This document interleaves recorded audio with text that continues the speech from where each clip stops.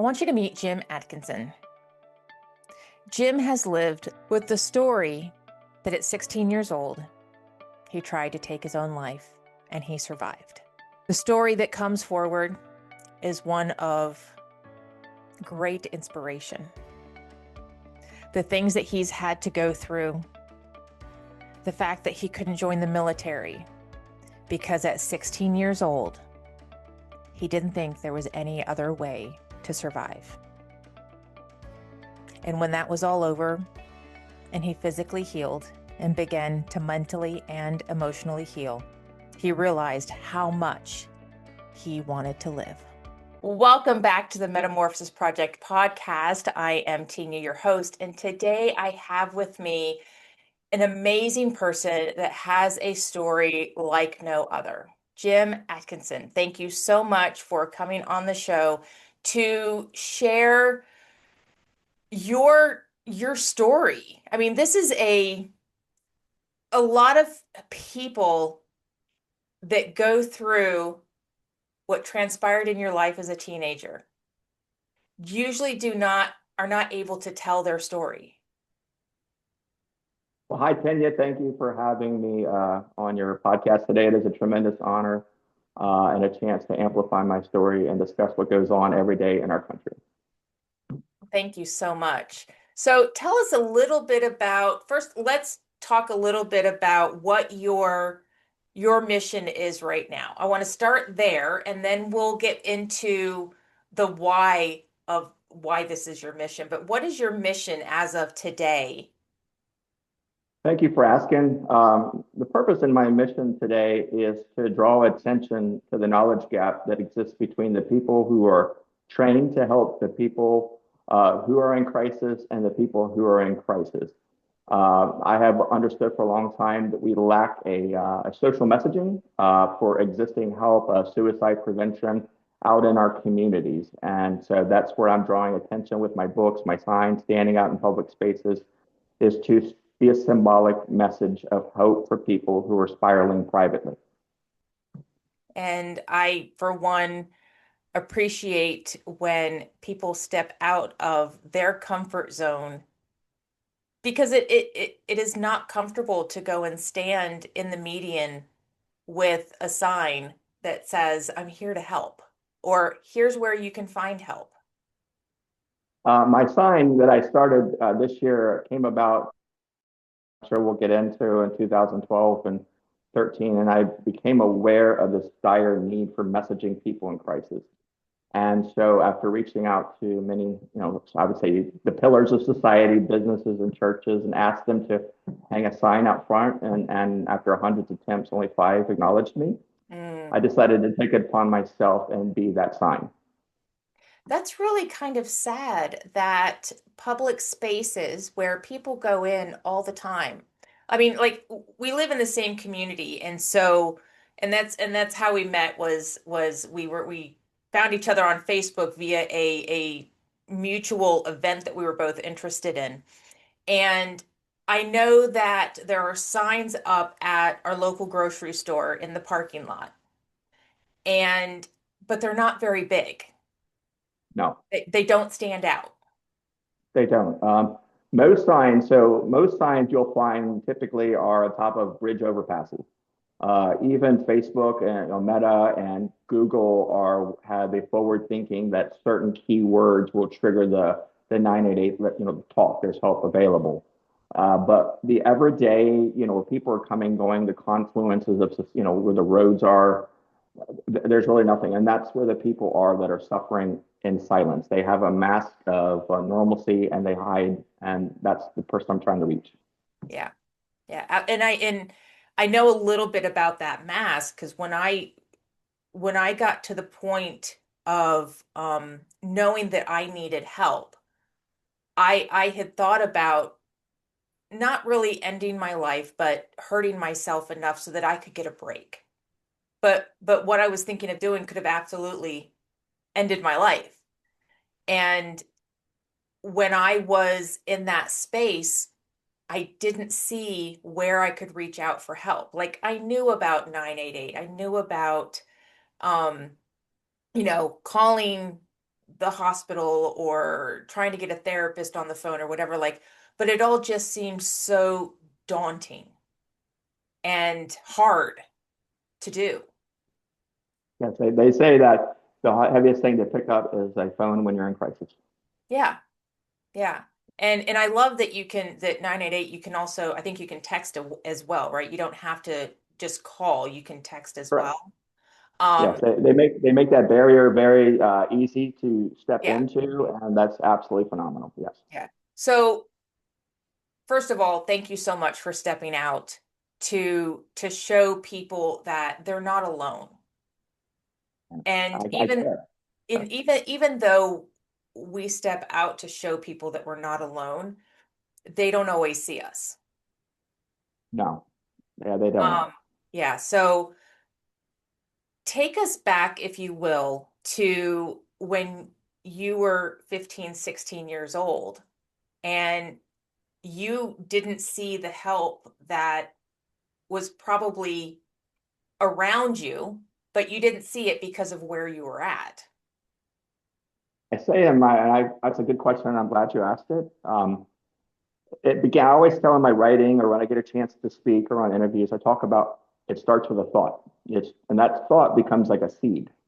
And for me, I can almost pinpoint the month it happened. It was a July 1985. I was 15. And things were going on in my life that were just unsustainable. And I started, and the word is disassociating. So I started disassociating what was going on around me. And I just remember having these thoughts of, I could fly away from here. And if I went to heaven, then these things wouldn't go on, my own personal things that were going on. So, Right. uh, and I noticed when I had that thought, it seemed to bring me some kind of comfort. I say also in my writing, it's the siren's call for the sailor.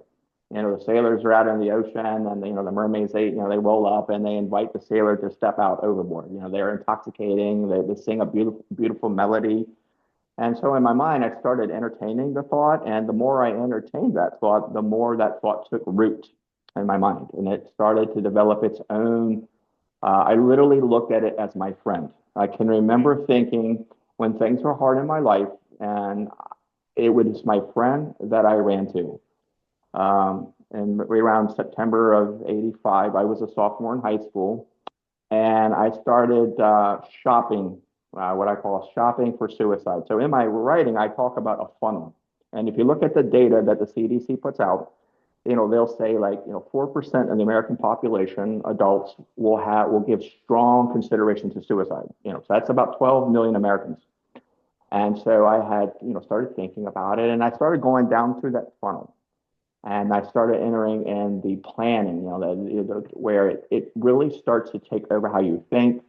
It really starts putting this idea, there's few options, it'll whisper, no one cares about you, all kinds of untruths. And this is, it Mm-hmm. becomes Right. it becomes an unreality. Um, right around November of '85, I started making what I call dry runs. And these were the attempts. My intention was to get a sense of what it felt like to pass away. We're all born with a fear of harm. Our Mm-hmm. fight or flight, it tries to protect us from, significant bodily harm or worse. So I had to overcome that fear of bodily harm. And so I started looking around my world. What access did I have? Uh, and I started appearing with like slight injuries. I had cut on my wrist. One time I fell in the water hoping that I was going to catch, quote unquote, the death of me, pneumonia.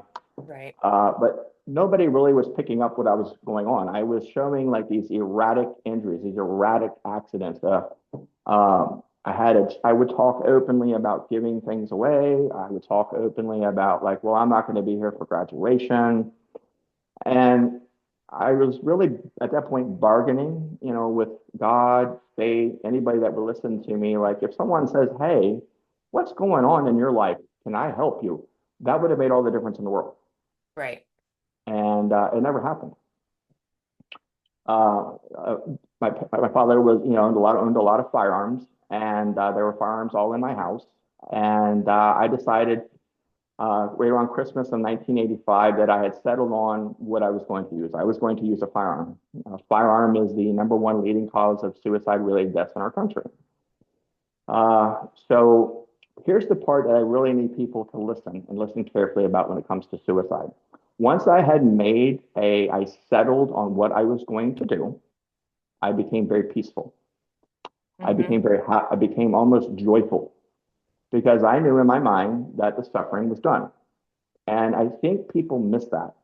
And that it's called the blind spot. So I had entered into this blind spot where I stopped showing symptoms. I was suddenly happy. I was suddenly at peace with what I was going to do.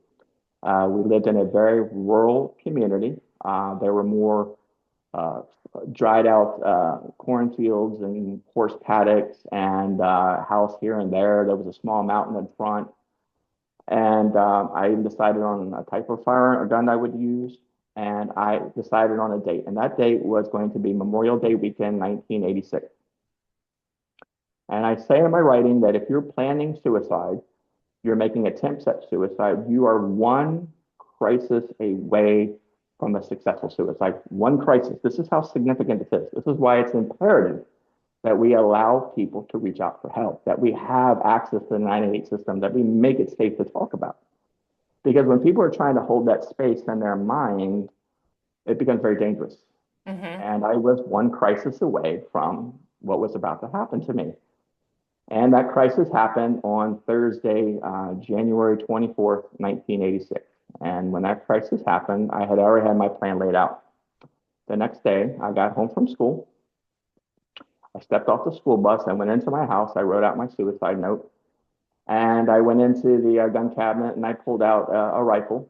And I went into my bedroom. And there was only a couple people at home at the time, a younger brother and my grandfather. And I wrote out my suicide note. I put some report cards in my shirt pocket and started to roll out the window with the gun. I was very calm about it, very surreal, very peaceful. And at the last minute, the only thing I didn't plan was a small Gideon's King James Bible on the shelf by my bedroom window. And so on impulse, I grabbed that Bible, and that Bible saved my life. As I climbed out the window, I said I started jogging, walking in the direction of the woods, and it was about 2, maybe 3 football fields lengths of a walk I had to go. And I went off into the woods, and I found a peaceful place to sit down. And at this point in time, nobody had known I crawled out of the house. Nobody had known that I was about to take my life. Nobody knew that I was armed with a firearm. And I've learned this saying after recently starting my suicide prevention outreach. When people are intent on taking their life, they do not walk into a clinician's office, they walk into the woods. They pull up over an overpass and they park their car. They're not walking into a clinician's office. Mm-hmm. I think the system anticipates that people are going to reach out to them. I think Yeah. people anticipate that it didn't happen to me. I have had conversations with people from as far as back the 1990s when they would share with me their loved one's last day. And over, I hear what I would call more of like a ritualistic normalcy. You know, people will make a dinner and shut the doors to their house. They will make some random phone call to somebody, and it all appears normal, but it's Mm-hmm. anything but that. I had gone to school. I ate lunch. I brought homework home with me. It all appeared normal. Yeah. Um, and so I found a small green milk crate. You see them in the grocery store with the milk in and the milk jugs. And I flipped the milk crate upside down and I sat down and I had that rifle across my lap.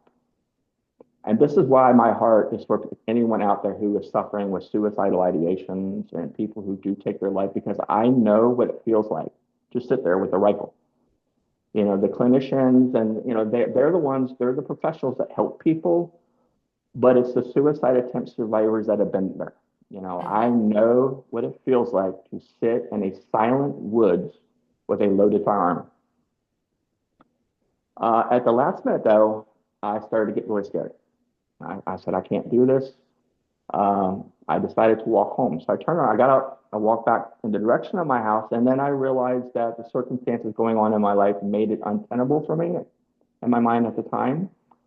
I felt I had no other choice, so I went and I sat back down and I I opened up the King James Bible, and I don't remember what I read. I glanced at it. King James, it's over my head. I'm scared. I'm sweating. I'm crying. I'm distraught. And I closed my eyes and I said, Dear God, please send an angel to save me. And when I opened my eyes, I was convinced that God heard my prayer.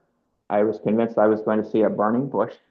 I remember that I was going to have a Moses moment, the bush that doesn't Yeah. burn. Right. And when I opened my eyes, I saw nothing. And I will never forget the condescending voice that told me, You see, now God doesn't even care about you. Now shoot. Oh. I did. I heard that.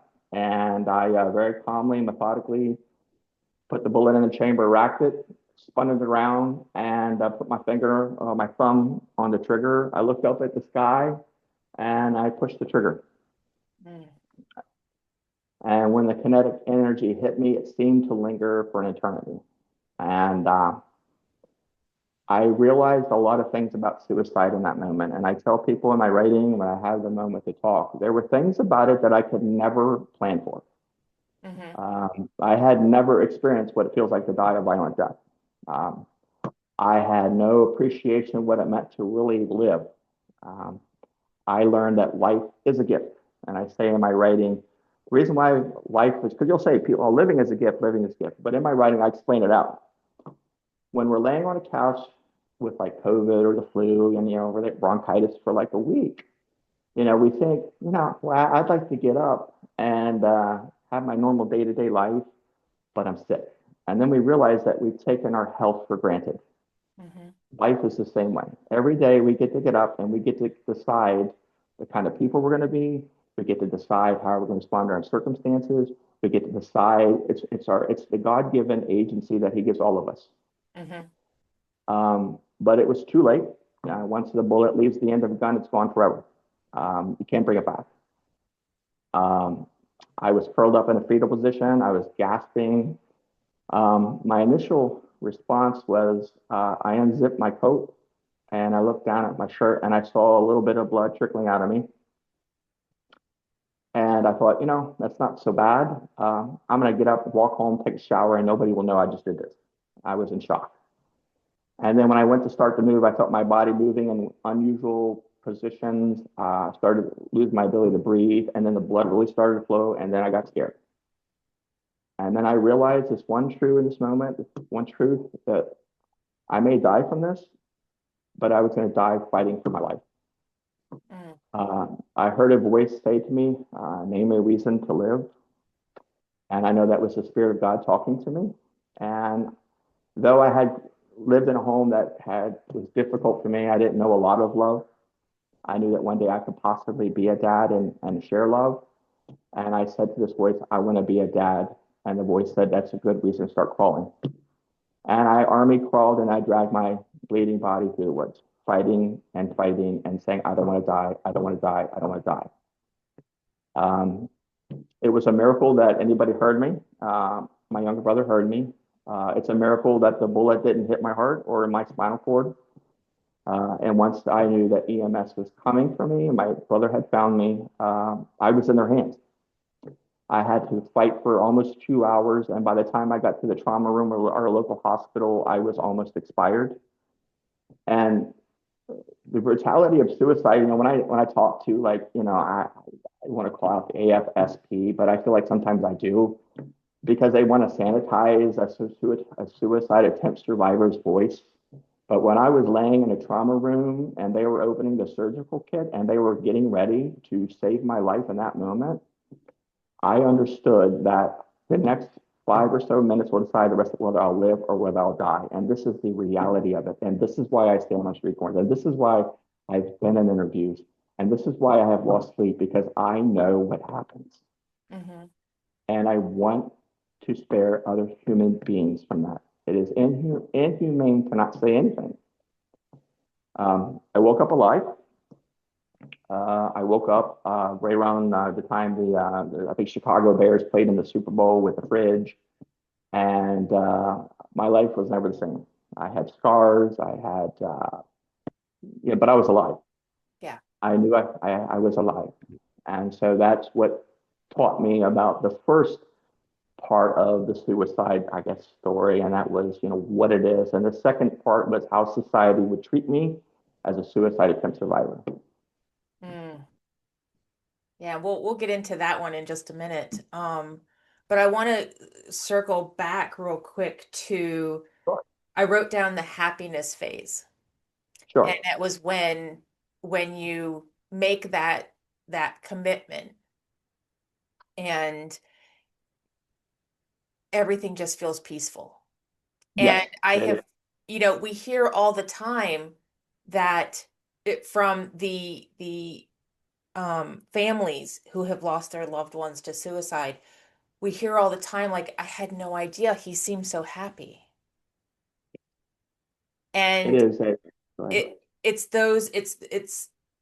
that moment that people are attaching to. Yes, it's the unreality of it. It's a funnel. And if you look at the data will show like it's the 12 million Americans, they have those thoughts, but most people are grounded. They're, mentally well enough that they push past those thoughts. And then Right. they start going further and then you get into like, planning, especially the planning. And if you talk to any crisis counselor, a therapist, the alarm bells go off when people start talking about planning. Right. The alarm bells go off when maybe they discharge somebody from the hospital who was once profoundly depressed. They had depressive disorder, they're bipolar, and suddenly they're very happy, they're very calm. And that's because it's lying to somebody, it's deceiving them, their thought processes, it's saying very illogical things. No one cares about you, no one Right. loves you, you're better off. It's and they buy into that, and I'll share a story with you. It's very important to share this story because it's relevant. Sure.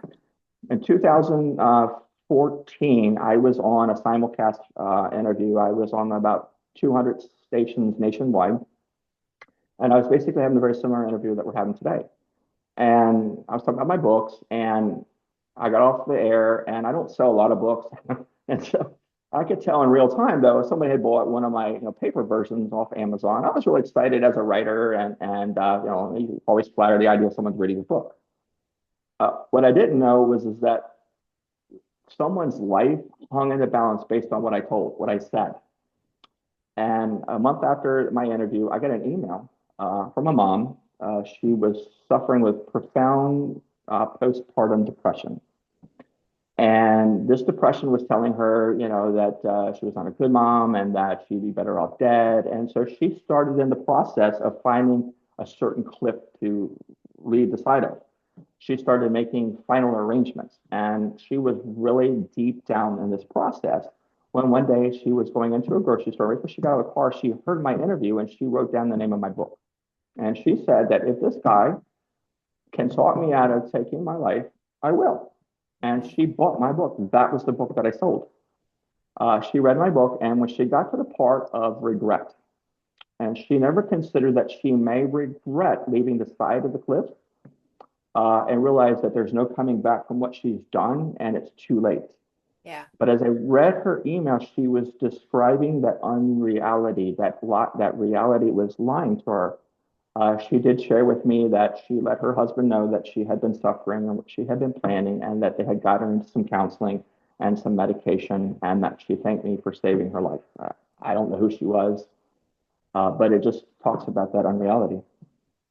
And that is a huge part. I read the book from the author. I can't remember his name right now, but it was um he talks about that unreality when when survivors who have jumped off the Golden Gate Bridge have Kevin, I know. survived, and they tell their story of, as soon as I got goosebumps now. As soon as I jump off the bridge, I instantly regret. None of my problems are so big that this is the only option. Right, yeah. And And then, I would bet 100% of people feel that way at the very they end. do. It's biology. Number one, it's biology. And I make a Yeah. point in my writing. I point this out to people, and I say in my writing, and this is the book I give away for free. This is the book I'm trying to get into people's hands as a gift on the street corner. is that our biology. And I'll say like, well, let's say you're thinking you've settled on this plan and you're going to do this, and you're driving down the road, and suddenly somebody pulls out in front of you. What do? You swerve to try to protect your life. Even walking down the steps, if you trip and you start to fall, what do? You try to protect yourself from the harm. Yeah. It's that instinct, it's the biology to protect our lives. Unfortunately, that the mental illness, the unreality, could be a trauma, response. It's deceptive to that. It hides that from Yeah, somebody. it does. It does. Right. Up to the last minute, it will keep those blinders on Yes, until the very last minute, and then it's too late for some. unfortunately, Yeah, unfortunately. unfortunately. So you talked about how society started treating you after you survived. Yes. I can imagine, I can only imagine that many people didn't know how to react. They didn't. I was laying in the hospital with a chest tube attached to me, IVs. My face was swollen because I smashed it into the side of a tree. I had staples. I had a gauze pad over a bullet wound. Uh, I really felt like I was some kind of reanimated monster. I was told by family, doctors, like don't tell anybody what you've done because number one, they're going to be afraid of you, and number two, they're not going to understand. And I was terrified. I had just survived. The very fact that I could listen to anybody tell me that they would be afraid of me was because I wanted to live. I wasn't about suicide. I wanted to live. Right. Right. I had slept for 2 hours, to survive. I just wanted to live, and I was being told that I had to censor myself or to be quiet. Hmm. That's I'll add though, yeah. So right. May of 1985, I was at a Fellowship of Christian Athletes weekend camp, and they had an open mic. We got to get up on a stage and share what was on your mind. And so I listened to kids get up and share about winning a football game, peer pressure, normal teenage conversations, things that are safe. And I decided, I saw the microphone and they says, anybody else? And I was like, you know what? I'll get up and I'll share my story. And I got up and it was quiet. And I said, at the time I went by Jimmy. I said, well, my name is Jimmy. And 5 months ago, I went to the woods with a rifle and I prayed God to save my life. And I ended up pulling the trigger to a gun and paraphrasing. And I'm alive today. And if you're really thinking about thoughts of self-harm and suicide, please reach out to somebody and ask for help. And the room was quiet. I sat down Wow. and the room exploded with teenagers identifying, feeling like it made it safe to talk about. So I did experience moments when, kids were receptive. Like I made it safe to talk about. But we consistently see society shutting down talking about it because, uh, I mean, I can remember from middle school, high school, the after school specials, right? There were an hour movie that would talk about teen pregnancy, suicide, drugs, that kind of stuff. But there was also on the flip side that hush hush because parents thought that if you talked about it, then it would be encouraging people or giving kids ideas or giving people ideas on how to do things. And it's the complete opposite. When we make things more approachable, it it limits the horrific outcomes that come from it being so silented. I say this often. If I can't talk about something that I survived, that I don't want for my life, how can you be a source of support for your loved one or your friend for something that they want today? Right. How is that even logically possible? Well, not only that, but like we have all this and I'm in that space of helping people to navigate through anxiety and depression on an energetic level. And when even in the beginning of me wanting to share my story, I felt shame in wanting to share my story because I'm not a therapist. I'm not a medical professional, but I lived through what I lived through, and I came out of it the way that I came out of it. And I think that we should be able to share, but even when we share things on, and I don't know if you've noticed that, but when we share things about mental health or mental illness on social media, it gets pushed down. It's Yeah. not it's not shared as widely as the pickle and the hot dog running down the highway.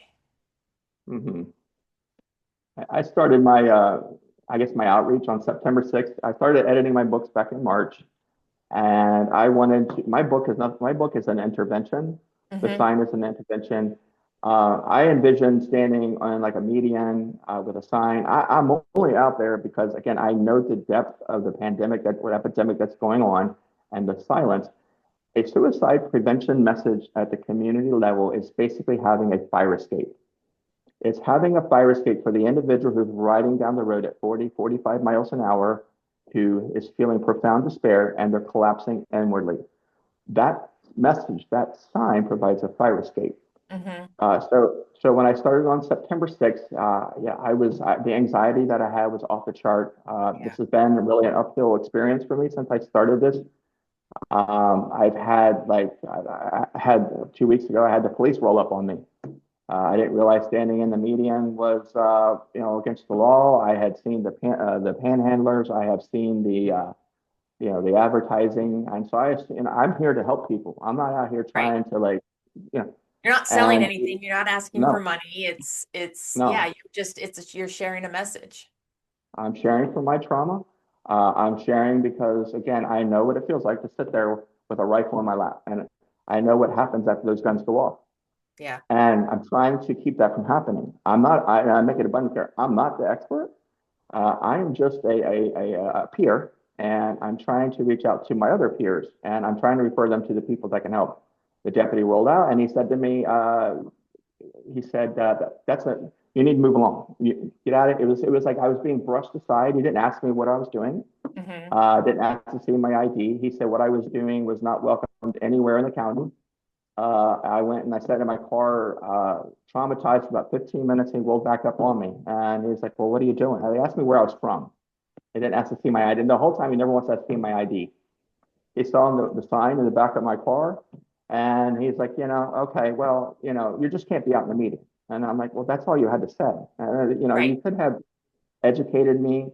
I will adjust because I want to be seen as a peer that's trying to help people and augment your what you're doing with the county. And but I've encountered people. I encountered an individual right around the same time. He had a plan. He told me that he rides around and he shops for trees, and that he shops for trees that are not in his family's normal travel. He's not on anybody's radar. He Right. wasn't interested in calling anybody. And this is one of these people I talked about. He's in the blind spot. Yeah. They don't know he's in trouble. So I gave him resources. I gave him the 988 PDF data sheet. I invited him to a support group. I listened and I validated him. And then he walked off. And this is what I was trying to do. I don't have a big staff. I just me. My girlfriend helps make copies. It's just me. And then here Right. the police roll up on me the next day. It was heartbreaking for me, and it really made me feel like an outsider. And I know it wasn't about my message; it was about being in the medium, but because I had been, I don't want to say abused for being open about my suicide attempt, but it triggered that Yeah. rejection.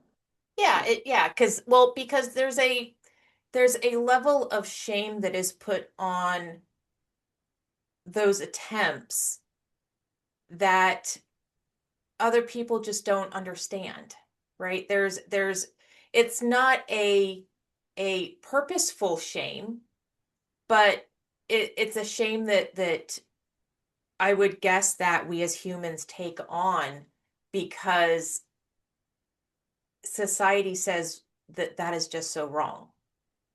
Religion says that that is just so wrong. But Yeah, those who are going through it, it's not wrong, it's not right, it's just where they are.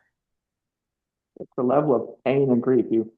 Nobody knows really what I was going through at No. home. I pleaded with church. I'll just say it. I was after I finished writing my books, and because I had taken a Bible with me, I had been in church. I always felt that this was just a tremendous ministry for churches to get involved in. They could literally be saving lives in their neighborhood. And when I started, I realized there's not a lot of the messaging I talked about the fire escape. So I started cold calling them. I called them, I emailed them, I drove up to their front door, literally drove up to their front doors. I had a package made up.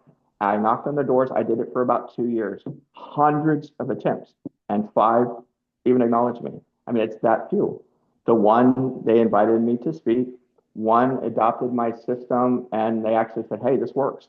One invited me in for tea or coffee. I can't remember, it was a Lutheran minister. The fourth one, when they answered the phone, they said, we don't believe in suicide, and they hung up the phone. They didn't hear me out. I was like, you think I'm advocating for it?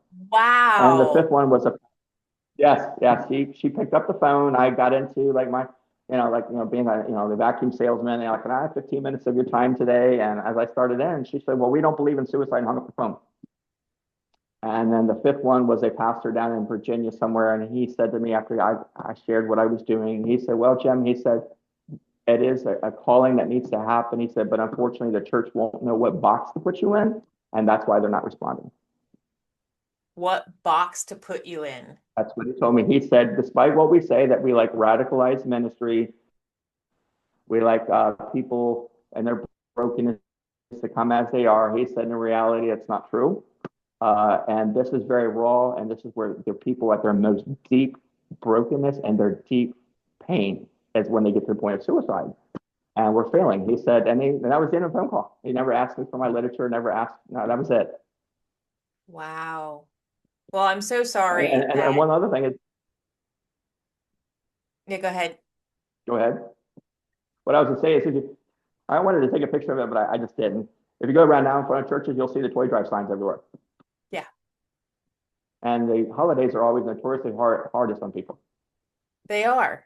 They are. Do you think that, because I just went to, so I go to once a month, I go to a death cafe. And have you ever heard of what a death cafe is? No, So a death cafe is a space where individuals can go and talk about everything death. It's not a grief place, but it's a place where you can talk about like what kind of things do you want at your funeral? Right? It's normalizing that death is going to happen. Death is coming for us all, right? That it's two things we all have in common is being born and dying. So those Yeah. are the two things that we all have in common. And last night at the Death Cafe that I went to, we were talking about how to get through the holidays with having lost someone recently, right? How do you get through the holidays when you've lost someone? And it did turn into the question of how do you handle the holidays if you don't have anywhere to go or if you you don't like the holidays? And it changed the conversation to, some people they don't want to go any place for the holidays, but also there are people who are just in a space where they really don't know what to do because they're in that space of I'm not enough. So how do you, with the holidays coming up, how would you suggest, are there suggestions that you can offer for those who are struggling with the holidays? I think recognize their number one, their own vulnerability. I think two, recognize are they at risk? Is their mental health at risk? All right. So three, they're that 988. Those folks, if they have nobody to talk to, those folks will talk to you. They can text, they can call. Just knowing that there's somebody who will talk to you will is enough for some. Mm-hmm. Others, it may not be enough. Well, back in 1998, I was homeless. I was living in my car, and I know from my own experience when I start thinking, I made a mistake out of the woods. Now, those are the alarm bells that start going off in my head. And I had a cup of coffee sitting in my lap at about 2 o'clock in the morning. I was sitting in a shopping plaza, and I thought to myself, if I'm dead, I can't have another cup of coffee. So in the morning, I will have myself another cup of coffee. I owed it to myself, nobody else, but I owed it to me to have a cup of coffee. And Mm-hmm. that is the gift. That is the gift of life. For those folks out there without anybody, and they're feeling that despair, their despair is real. Their feelings are legitimate, but they owe it to themselves. God made them. They owe it to themselves to find the one small thing in their life that brings them joy, that brings them happiness, and Yeah. embrace that. Hold on to that. That moment is transitory. It will pass. Reach out to those people on the 988. They're there. They can help you through those moments. Yeah, I think sometimes it's easier to talk to strangers than it is to talk to those you know about what's going on. But Yeah. I think it's also it is something that I tell my clients. They're usually they're not in that space. But because I'm a very blunt coach when it comes to coaching my clients. Um, I'm very big on self-care. I'm very big on taking accountability for creating the lives that we want to thrive in. And I also know that being in that space where you feel like nothing is working out in our favor, how do we get out of that? How do we move away from that? And it really does come back to that find that little joy, find that moment that you can have gratitude for, even if it's just for that cup of coffee. Just being in that moment to to show that you're alive. Um, so yeah, I'm glad. I just thought of that. How could I forget my book? So the book that I get, the second part, the book I give away is a self-help book. And in my self-help book, I lay out what I call 5 keys. 5 keys represent life decisions. Like if you approach a closed door and you use a key, you have to use your decision. And if you unlock the door and you open the door, you expand your perspective. Mm-hmm. And then those keys, the first key I acknowledge is that God, and I don't really get into a thing with theology in my writing. I'm more concerned about saving people from suicide, but I talk about God. Some people are higher power. Again, I'm trying to save someone's life. Uh, so God. The second thing is if they're feeling themselves in a crisis, and to recognize that is a vow for safety. And this is where you get into like those little blessings, counting the things that make them happy, understanding that those things, people fail us, systems fail us. And sometimes all we have is our faith in God and ourself. And Yeah. this is where counting your blessings. Those first 2 keys are within ourselves. They're not dependent upon our environment and our circumstances.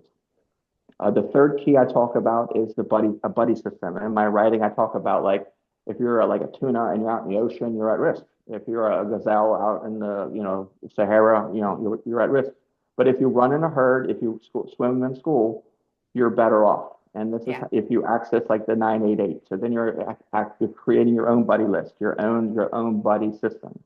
Right. Uh, the fourth key is to live your life. If you're really strongly considering suicide, you're better off doing the things you wanted to do in life, but you put off. If you wanted to, this is an extreme, but like climb Mount Everest, learn to guitar. But the point is our life, God made us to live, and life is a gift, and it should be lived as a gift. And the fifth key is the transformation part of help other people. And I feel like that's where I'm at in my life. And so those are the 5 keys and talking about the holidays. I love that. And your book is called There's Another Way. There's another way, and I'll show it if it gets on the camera. Yeah, there's another way. Perfect. It's a suicide intervention story, and I took this book here. It's called When an Angel Intervenes, Okay. and And we'll have those links in the when an show angel. notes as well. Awesome, thank you. And I don't have the copy of the other book that's my self-help. It's called A Change Your Heart from Suicide to Life, and those two Awesome. combined make up this book right here. Awesome. And you do have a GoFundMe, and is that to help with the outreach program? I do. As I said, I can only, if I run out of books, the printing presses turn off. So I have a GoFundMe, and that GoFundMe, the money goes to keeping the books printed and the different expenses I incur while I do this. Awesome. So that link will also be down in the show notes. So if you guys are listening to this, go buy his I books, appreciate it. click the GoFundMe, make a donation. Every little bit helps. He seems to be one of the few who are stepping forward to really bring this to the forefront. It's not just a, oh, wait a minute, let's put you on the back burner, but here's a phone number for you to call. That's not what this is he's bringing awareness to what people are going through. No one's ever going to know what each individual person is going through, but every human longs for connection, they long for understanding, they long for support, and they long for compassion. The core of what I'm doing is simple: is to show up, be visible, and provide unconditional compassion. And I love that. I love that. Jim, thank you so much for coming on Thank you for having to me. share your story, to share your mission. What is one final thing that you can give the listeners to take away?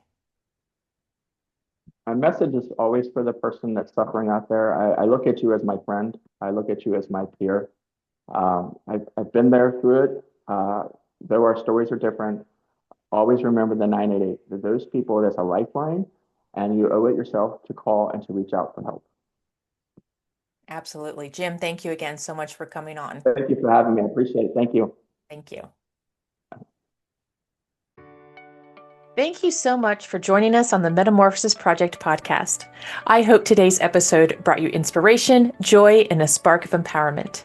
Remember, transformation is an incredible journey, and every single step you take towards self-care and healing brings you closer to the life you truly desire. If this episode uplifted you, please subscribe, rate, and leave a review on your favorite podcast platform. Your support helps us to share this journey of hope, resilience, and joy with many listeners. For more tips, support, and inspiration, come and visit us at designyourexistence.com. Until next time, keep growing, keep healing, and keep shining brightly. You are absolutely worth every bit of love and care you give to yourself. Take care, stay joyful, and be well.